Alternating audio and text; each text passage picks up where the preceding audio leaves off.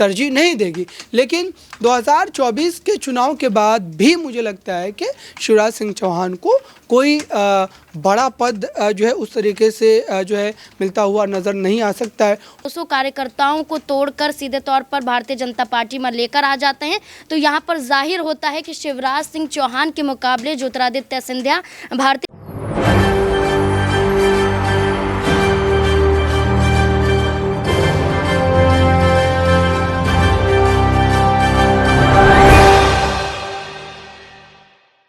नमस्कार, ESPN 9 news आप देख रहे हैं। आपके साथ मैं हूं अक्षय अग्रवाल। स्वागत है तमाम दर्शकों का एसपीएन 9 न्यूज के इस खास पेशकश 2024 का चौकीदार कौन। 2024 अब शुरू हो चुका है, उल्टी गिनती भी लोकसभा चुनावों की शुरू हो चुकी है। ऐसे में आज इस पेशकश में बात होगी मध्य प्रदेश को लेकर के, क्योंकि जिस तरह से हाल ही में मध्य प्रदेश की 230 विधानसभा सीटों पर चुनावों में कांग्रेस को बड़ा ही जोरदार झटका देते हुए बीजेपी ने एक बार फिर से सूबे की सियासत में, सूबे की सत्ता तक अपना रास्ता तय किया था, उसमें कहीं ना कहीं बड़ी भूमिका ज्योतिरादित्य सिंधिया ने अदा की थी। क्योंकि जिस तरह से 2018 के मध्य प्रदेश विधानसभा चुनावों में बीजेपी को झटका देने में और कांग्रेस को 15 साल बाद सत्ता में वापसी कराने में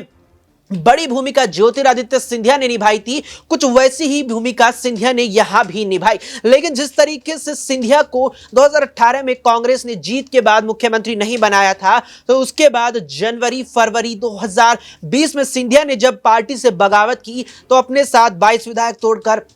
वे यहां भारतीय जनता पार्टी में शामिल करा कर ले गए थे, जिससे कांग्रेस की सरकार गिर गई थी। लेकिन जब बीजेपी में सिंधिया शामिल हुए थे तो माना जा रहा था कि सिंधिया को बीजेपी मुख्यमंत्री बना सकती है, लेकिन ऐसा नहीं हुआ और पार्टी ने उस वक्त भी यहां पर शिवराज सिंह चौहान को ही मुख्यमंत्री बनाया था। इसके बाद 2023 में सूबे में विधानसभा चुनाव होते हैं, जहां कहीं ना कहीं हल्की सी उम्मीद ज्योतिरादित्य सिंधिया को लेकर रहती है कि क्या इस बार उन्हें मुख्यमंत्री बीजेपी बनाएगी, लेकिन इस बार भी ऐसा नहीं होता। और उसके बाद सिंधिया को लेकर यह सवाल रहता है कि जिस तरीके से 2 बार उन्हें मुख्यमंत्री की कुर्सी मिल सकती थी, लेकिन बीजेपी ने उन्हें मुख्यमंत्री नहीं बनाया, तो क्या इसके बाद भी कांग्रेस में वापसी करेंगे, ये सवाल सिंधिया को लेकर रहा। लेकिन इस सब के बीच सिंधिया ने आज एक बार फिर ऐसा काम कर दिया है, एक बार फिर ऐसा कदम उठा दिया है जिसने कांग्रेस को एक बार फिर से बड़ा झटका दे दिया। दरअसल ज्योतिरादित्य सिंधिया ने मुरैना विधानसभा सीट से कांग्रेस के पूर्व में विधायक रहे राकेश मेवाई समेत कांग्रेस के यहां पर संगठन स्तर पर करीब 200 से ज्यादा पदाधिकारियों को पार्टी में यहां पर शामिल करा लिया। जी हां, कांग्रेस के यहां पर 200 से ज्यादा पदाधिकारियों को, जिला स्तर पर कई पदाधिकारी थे, कुछ पदाधिकारी यहां राज्य स्तर पर भी थे, जिन्हें यहां पर पार्टी से तोड़कर बीजेपी में सिंधिया ने शामिल करा लिया है, जो वाकई में कांग्रेस मध्य प्रदेश के लिए बड़ा झटका है। और अब जिस तरीके से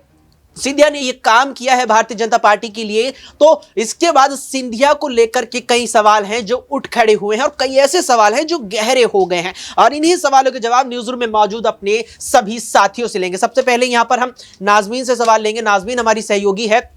नाजमीन, जिस तरीके से पूर्व में विधायक है राकेश मावई, साथ में 200 से ज्यादा कार्यकर्ता अब बीजेपी में आ गए हैं कांग्रेस को छोड़ करके, सिंधिया इसमें माध्यम बने हैं, क्या इसका मतलब ये मानने जाए कि सिंधिया को अब बड़ी जिम्मेदारी यहां पर पार्टी देगी ही देगी, क्योंकि सिंधिया पहले भी ऐसा कई बार कर चुके हैं जो कांग्रेस के नेताओं को तोड़कर बीजेपी में लाए हैं? देखिए, बिल्कुल आपका जैसा कहना बिल्कुल यहाँ पर सही साबित होता है, क्योंकि लोकसभा चुनाव से पहले ज्योतिरादित्य सिंधिया जहाँ अभी तक खामोश थे, ज्योतिरादित्य सिंधिया की बात करें तो ये कहा जा रहा था कि मुख्यमंत्री बनाए जाएंगे, नहीं बनाए गए। और उसके बाद ज्योतिरादित्य सिंधिया के विधायकों को लेकर ये कहा जा रहा था कि मंत्रिमंडल में जगह दी जाएगी। ये तमाम चर्चाएं होती रही, लेकिन शिवराज सिंह चौहान जहां बगावती तेवर आजमाते हुए नजर आए, वहीं ज्योतिरादित्य सिंधिया ने अपनी खामोशी साध ली थी, खामोश नजर आ रही थी। लेकिन हाल ही की बात करें कि अयोध्या में जाने की बात हो या फिर मध्य प्रदेश में रहते हुए ही यहाँ पर एसपी को हड़काने की बात हो, ज्योतिरादित्य सिंधिया एक्टिव मोड में नजर आ रहे हैं। तो साफ तौर पर अगर यहाँ पर 200 कार्यकर्ताओं को तोड़कर सीधे तौर पर भारतीय जनता पार्टी में लेकर आ जाते हैं,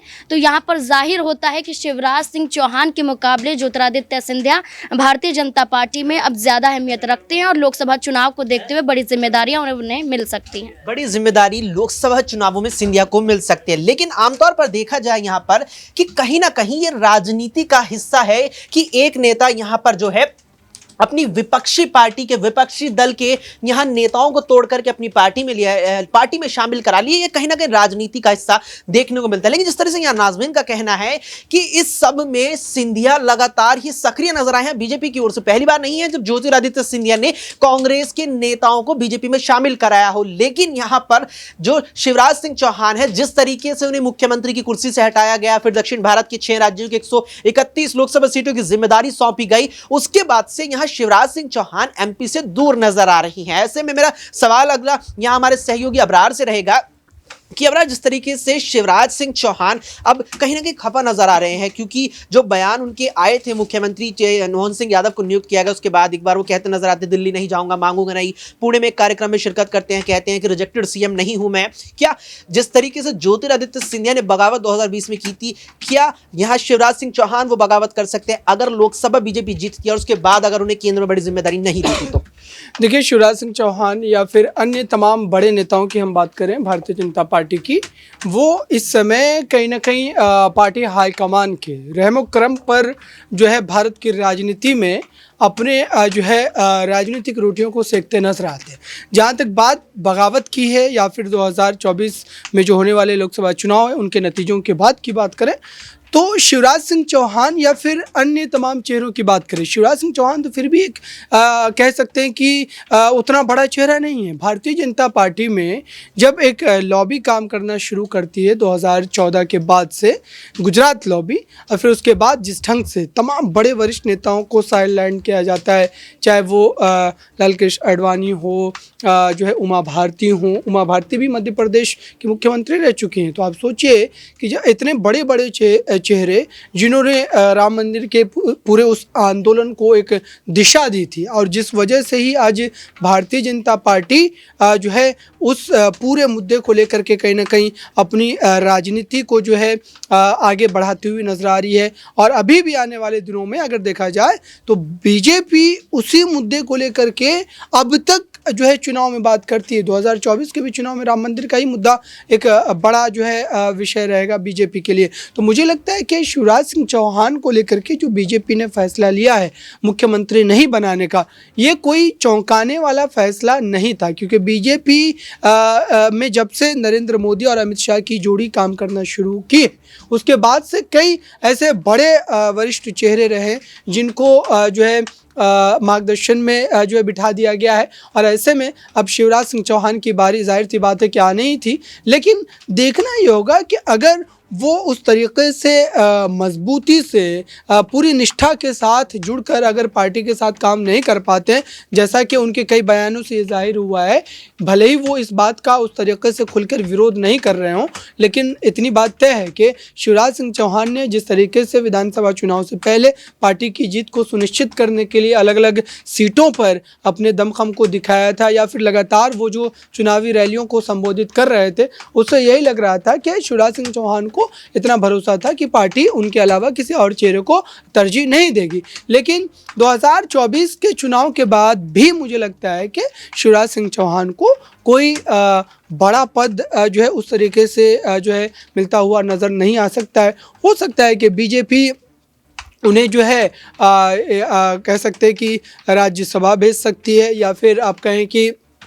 जो है आने वाले दिनों में किसी राज्य का जो है राज्यपाल नियुक्त कर सकती है। तो इस तरीके की ये तमाम पदों को लेकर के हम चर्चा ज़रूर कर सकते हैं। बाकी संवैधानिक अगर उस तरीके से कोई पॉलिटिकल पद की अगर हम बात करें, तो मुझे लगता है कि वो उनके लिए फ़िलहाल बीजेपी जो है नहीं देने की कोशिश करेगी, क्योंकि लगातार हम ये देख रहे हैं कि बीजेपी जो है वैसे तमाम वरिष्ठ चेहरों को कहीं ना कहीं साइडलाइन कर रही है, चाहे वो वसुंधरा राजे हों या फिर शिवराज सिंह चौहान हो। तो ये बात पूरी तरीके से आईने की तरह साफ नज़र आती है कि कोई भी ऐसा व्यक्ति जो आने वाले दिनों में अमित शाह या प्रधानमंत्री नरेंद्र मोदी के लिए राजनीतिक चुनौती खड़ा कर सकता है, या फिर एक मजबूरी का कारण बन सकता है, वैसे चेहरों को कहीं ना कहीं साइडलाइन किया जा रहा है। और यही वजह रही कि कई ऐसे बड़े चेहरे, चाहे अब देखिए कि नितिन गडकरी की हम बात करें, नितिन गडकरी किस तरीके से अपने कामकाज को लेकर के अगर देखा जाए कामकाज के हिसाब से नज़रिए से हम बात करें,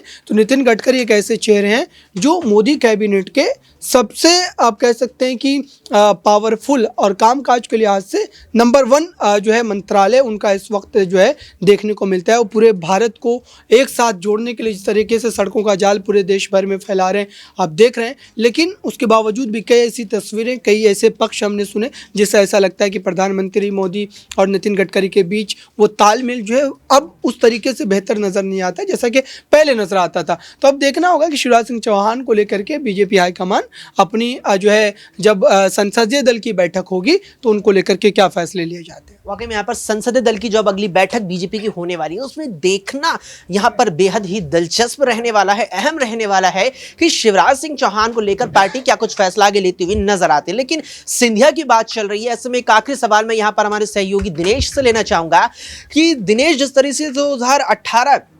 विधानसभा में बीजेपी हार गई थी लेकिन सरकार सिंधिया ने बनवा दी थी, 22 विधायक अपने साथ लेकर के आ गए थे बीजेपी में। 23 में अगर ग्वालियर चंबल संभाग की बात की जाए तो 11 सीटें जीती है बढ़ा करके। 2018 में केवल 7 विधानसभा सीटें ग्वालियर चंबल संभाग में बीजेपी ने जीती थी, जो अब बढ़ के 18 हो गई। कहीं ना कहीं बीजेपी ने काम किया है, कर भी रहे हैं। इस बार एक पूर्व विधायक को तोड़ लाए, साथ में एक तरह से जो संगठन की बात होती है पूरा संगठन जो है जिला स्तर पर मुरैना के क्षेत्र में तोड़ दिया है कांग्रेस का सिंधिया ने। क्या 24 के लोकसभा के बाद उन्हें जिम्मेदारी मिल सकती है या उनके साथ भी वैसा ही होगा जैसे पिछले 3-4 सालों में बीजेपी के अंदर होता आया है?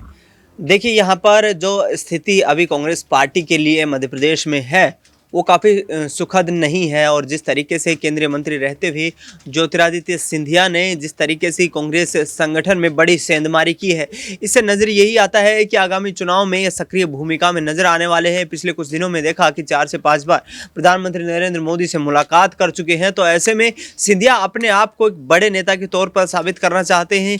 ताकत दिखाना चाहते हैं, दूसरे तरीके से ताकत दिखाना चाहते हैं। संगठन के लिए वो काम करते हुए नजर आ रहे हैं। जिस प्रकार से सोनिया गांधी, प्रियंका गांधी, राहुल गांधी तमाम नेता उनको गद्दार कहते नजर आए थे, तो वो कहीं ना कहीं अब दिखाना चाहते हैं कि आपके संगठन को ख़त्म करने की हैसियत भी मैं रखता हूँ। तो यहाँ पर जो है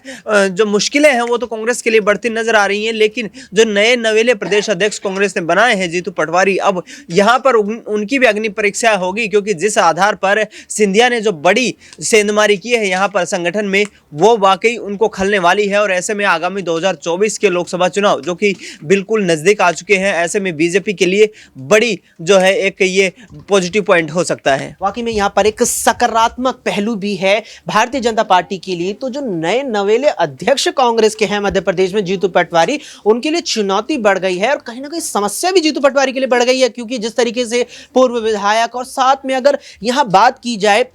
संगठन स्तर की, तो यहाँ पर कई मंडल प्रभारियों को, कई यहाँ पर ब्लॉक प्रमुखों को, कई ब्लॉक अध्यक्षों को ज्योतिरादित्य सिंधिया ने भारतीय जनता पार्टी में शामिल करा लिया है, जिससे सिंधिया ने एक बार फिर से ये चीज कांग्रेस में दिखा दी है कि मैं आपकी पार्टी में नहीं हूं, लेकिन उसके बाद भी मैं आपकी पार्टी के नेताओं को अपनी पार्टी यानी बीजेपी में शामिल कराने की ताकत रखता हूं। क्या कुछ इससे सिंधिया को फायदा मिल सकता है लोकसभा चुनावों में? क्या कुछ यहां पर सिंधिया और कुछ पा सकते हैं बीजेपी से लोकसभा चुनावों के बाद? इस पर आपकी क्या कुछ राय है, हमें कमेंट बॉक्स में कमेंट करके जरूर बताएं। फिलहाल के लिए इस पेशकश में इतना ही। देश और दुनिया की तमाम खबरों के लिए आप देखते रहें SPN 9 न्यूज।